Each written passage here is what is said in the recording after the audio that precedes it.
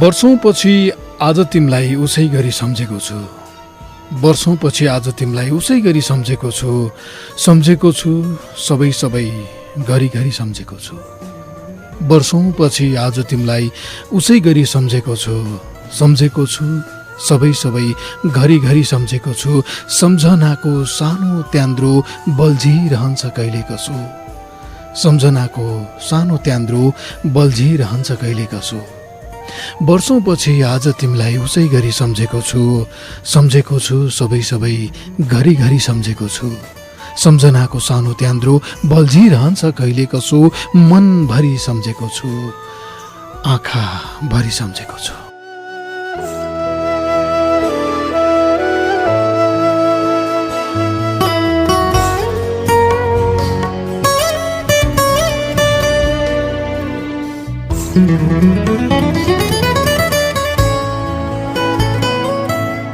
तिमीले बिर्सेनी लाखै छ, तिमीले सम्झेनी लाखै छ।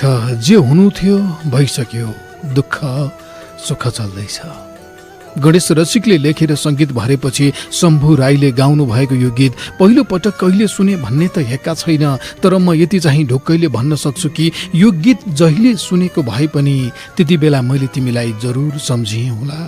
तिमीसँग टाढिएर बेग्ला बेग्लै बाँच्न थालेको पक्कै सम्झिएँ होला।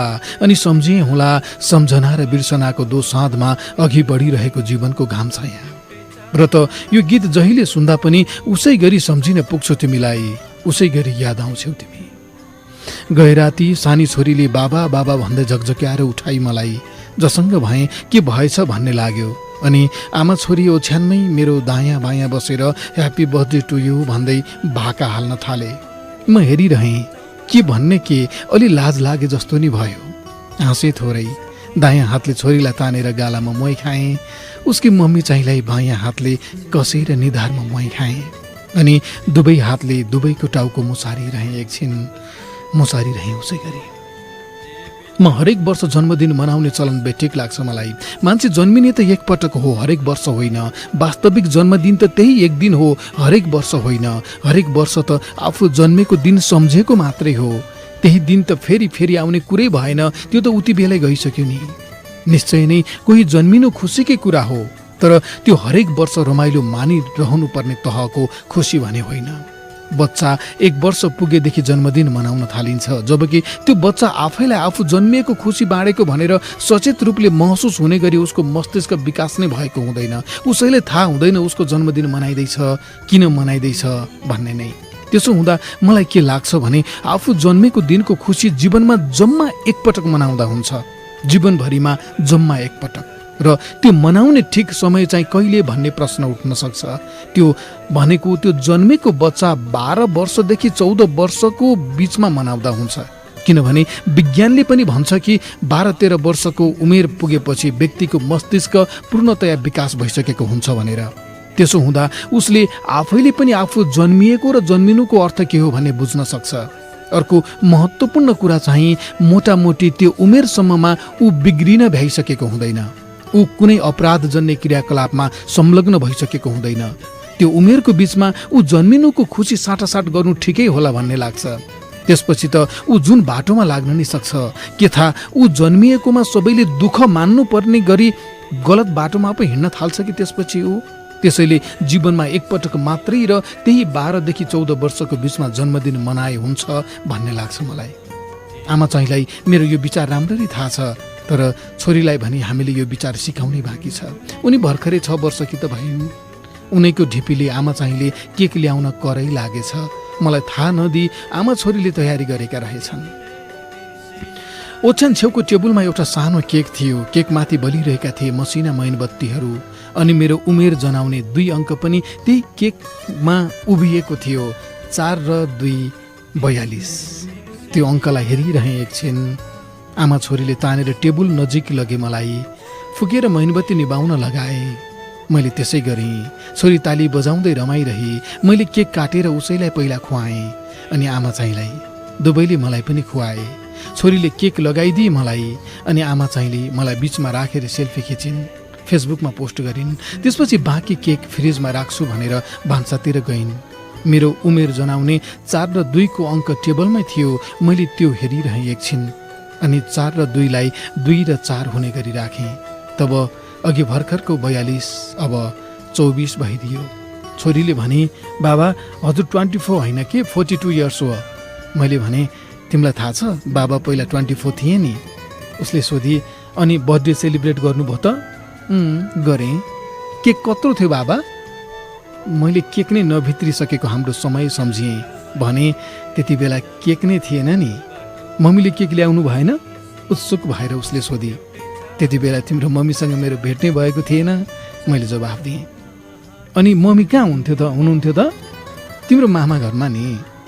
अनि तपाईँले एक्लै बर्थडे मनाएको? उनले उसै गरी अबहुद प्रश्न गरिन्। मैले ठिक यति नै बेला तिमीलाई सम्झिएँ यति बेला। 18 वर्ष अघि 24 वर्ष लाग्दै गर्दा हामी दुवै क्याम्पसको क्यान्टिनमा बसेर सिङ्गडा, चेरी र तरकारी खाँदै जन्मदिन मनाएको सम्झिएँ। छोरीले फेरि सोधी, तपाईँले एक्लै बर्थडे मनाएको हो बाबा? होइन, साथीसँग मनाएको। अनि साथीले तपाईँलाई नोजमा केक लगाइदिनु भयो? ल, मैले अघि भने होइन त, त्यो बेला केक नै थिएन भनेर। ए हो, कस्तो भुलेको भन्दै उनले फेरि सोधिन्, अनि उहाँलाई मम्मीले आज हजुरको बर्थडेमा किन नबोलाउनु भएको त? म के भन्ने के अलमलमा परेँ। तै पनि भनिदिए, उहाँलाई तिम्री मम्मीले भेटेकी छैनन् के, मेरो मात्रै साथी हो नि त। ए भनेर उनी चुप बसिन्। म 42 वर्ष लाग्दाको मध्यरातमा 24 वर्षको जन्मदिनमा तिमीसँगै बसेर सिङ्गडा, जेरी र तरकारी खाइरहेको सम्झिन थालेँ। थाहै छैन हामी दुईलाई के कतिले छुट्याइदियो, भन्न त भन्लाउँ हामी असत्यले छुट्याइदियो। थाहै छैन हामी दुईलाई के कतिले छुट्याइदियो, भन्न त भन्लाउँ हामी असत्यले छुट्याइदियो। नछुट्यौँ त भनेकै हो सँगै बाँच्ने, हिँड्दा हिँड्दै जिन्दगीमा नियतिले छुट्याइदियो।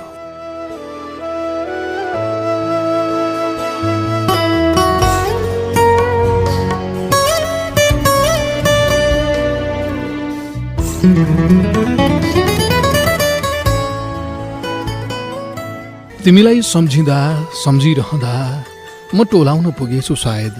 छोरीकी आमा छेउमा आइछिन्। मैले 42 लाई 24 बनाएर राखेको देखेर जिस्किँदै सोधिन्, 24 वर्षे बन्न मन लाग्यो क्या हो सर? उनी मलाई जिस्काउँदा सर भन्छन्, तपाईँ भन्छन्, नत्र अरू बेला हामी दुवै एकअर्कालाई तिमी नै भन्छौँ। मैले जवाफ फर्काएँ, रहर त 16 वर्षे बन्ने नै हो नि म्याम। म चाहिँ उनलाई जिस्काउँदा म्याम भन्छु, म्याडम भन्छु। अनि सर 16 वर्षे बनिदिए हामी आमा छोरी पनि यहाँ हुँदैनौँ नि फेरि? उनले जिस्किँदै भनिन्। हाँस्दै भने, ओहो त्यसो भयो त भएन, 42 नै ठिक छ होइन त? अनि उनले जिस्किँदै, ल अब धेरै नाटक होइन, सुतौँ भनेर छोरीलाई ओछ्यानमा तानिन्। उनको उतापट्टि छेउमा सुताइन्, बत्ती निभाइन्। एकछिन हामी केही बोलेनौँ। भित्ताको घडीको टिक टिक टिक टिक आवाज पनि सुनिन थाल्यो। छोरी निदाई केही बेरमा, अनि उनी मपट्टि फर्किन्। मैले उनको टाउको मुनि देब्रे पाखुरा राखेर सिरानी बनाइदिएँ। उनले कपाल मिलाउँदै टाउको अड्याइन्, अनि मसिनो आवाजमा भनिन्, 42 पनि लाग्यो होइन त सर? म हाँसिदिएँ। बुढो भयो यार अब तिमी। उनी जिस्किन्। भ्याउ पेटमा काउकुती लगाउँदै जिस्काएँ मैले। उनी काउकुती खप्न नसकी हाँसिन्, चल्मलाइन्, अनि दुवै हातले मेरो एउटा हात समातिन्। अर्को हात त उनको टाउको मुनि चेपिएको नै थियो। त्यसपछि मैले काउकुती लगाउन सकिनँ। बुढो भएको फिल हुँदैन तिमीलाई भनेर अझै जिस्काइन्। मेरो हात उनले कसेर समातेकोले काउकुती लगाउन सक्ने कुरा भएन। अनि मैले नि जिस्किँदै भनिदिएँ, 40 कटिसी रमाउला भन्छन् है भनेर अझै जिस्किन्। हो नि त भनेर म नि जिस्किएँ। 8 वर्ष भएछ यार हामीले बिहे गरेको पनि। उनले हिसाब गरिन्। के भयो त 8 वर्ष भएर? मैले सोधेँ। तिमी जस्तो खडुसलाई झेल्न थालेको 8 वर्ष भएछ भने नि? जिस्किनु उनले। खडुस रे? हेब्या हो यति भनेर बल गर्दै हात छुटाएँ मैले, अनि फेरि काउकुती लगाइदिएँ। उनी काउकुतीले यताउता चल्दै भयो भन्दै छोड भन्न थालिन्, अनि मैले छोडेँ। यसै गरी चल्दै चल्दै जिस्किँदै निधायौँ हामी। जिन्दगी रमाइलो छ, यति रमाइलो होला भन्ने लागेकै थिएन। तिमीसँग छुटिएपछि त जिन्दगीको खुसी अब सधैँका लागि अस्थायी भन्ने पो सोच्दै थिएँ म। अब कसैलाई जिन्दगीमा प्रवेश गराउन सकिँदैन भन्ने पो सोच्थेँ। तर त्यस्तो त कहिले नहुने रहेछ जिन्दगीमा। अस्ताएको घाम पनि भोलि बिहान फेरि उदाए जस्तै हराइ गएको खुसी पनि फेरि फर्किआउने रहेछ। मात्र धैर्य गर्नुपर्ने रहेछ जिन्दगीमा। यो सत्य हो कि प्रेम गरेको मान्छेसँगै जीवन बिताउन पाए जिन्दगी सधैँ हाँसी खुसी बित्छ भन्ने सोचिन्छ। त्यस्तो सोच्नु पनि पर्छ र यदि दुवैको सहमति छ भने प्रेम गरेकै मान्छेसँग जीवन अगाडि बढाउन हरसम्भव प्रयास गर्नु पनि पर्छ। तर कसै गर्दा पनि सँगै हुनै सकिएन भने चाहिँ त्यही घाउ कोट्याएर सधैँ दुखी भइरहनु हुँदैन रहेछ।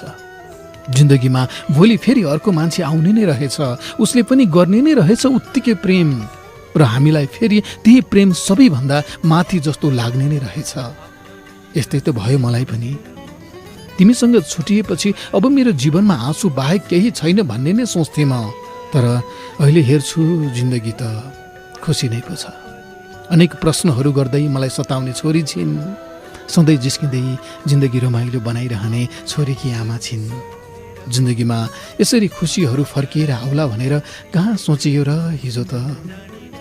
तिमीसँग बिताएको समय एउटा मिठो अनुभूति थियो, जसलाई सधैँ सधैँका लागि सुरक्षितसँग सम्झनाको तखतामा राखेको छु मैले। कहिले कसो त्यो अनुभव, त्यो अनुभूति आइदिन्छ स्मृतिमा, त्यति बेला याद आउँछौ तिमी। सायद यसरी नै कहिले कसो तिमीलाई पनि आउँछ होला मेरो याद। तर अब त हामीसँग आफ्नै अलग अलग जिन्दगीहरू छन्, आफूले नै बाँच्नुपर्ने आफ्नै भागका समयहरू छन्। यही जिन्दगीलाई जति सकिन्छ त्यति खुसीमय बनाउनु पर्ने दायित्व छ। यो फरक कुरा हो कि कहिले कसो बल्झिदिने सम्झनाहरू छन्, कहिले कसो दोहोरिदिने सपनाहरू छन्। तर यति हुँदाहुँदै पनि भुल्नै नहुने कुरो चाहिँ अब हामीसँग आफ्नै बाटाहरू छन्। यो बाटो कसै गरी पनि जोडिनु हुँदैन कहिल्यै। अब बाँकी उमेर यसै गरी बाँचिदिनु पर्नेछ हामीले। केही सपनाहरू लिएर, केही सम्झनाहरू सम्झिएर। आजलाई यति भने, बाँकी भन्दै गरौँला, बाँकी सुनाउँदै गरौँला। घाउ निको भयो तर खत बनेको छ, कहिले कसो सम्झिहाल्ने आदत बनेको छ। घाउ निको भयो तर खत बनेको छ, कहिले कसो सम्झिहाल्ने आदत बनेको छ। फेरि पनि अब हामीले त्यतातिर लाग्नुहुन्न, त्यो त अब सधैँलाई नै विगत बनेको छ।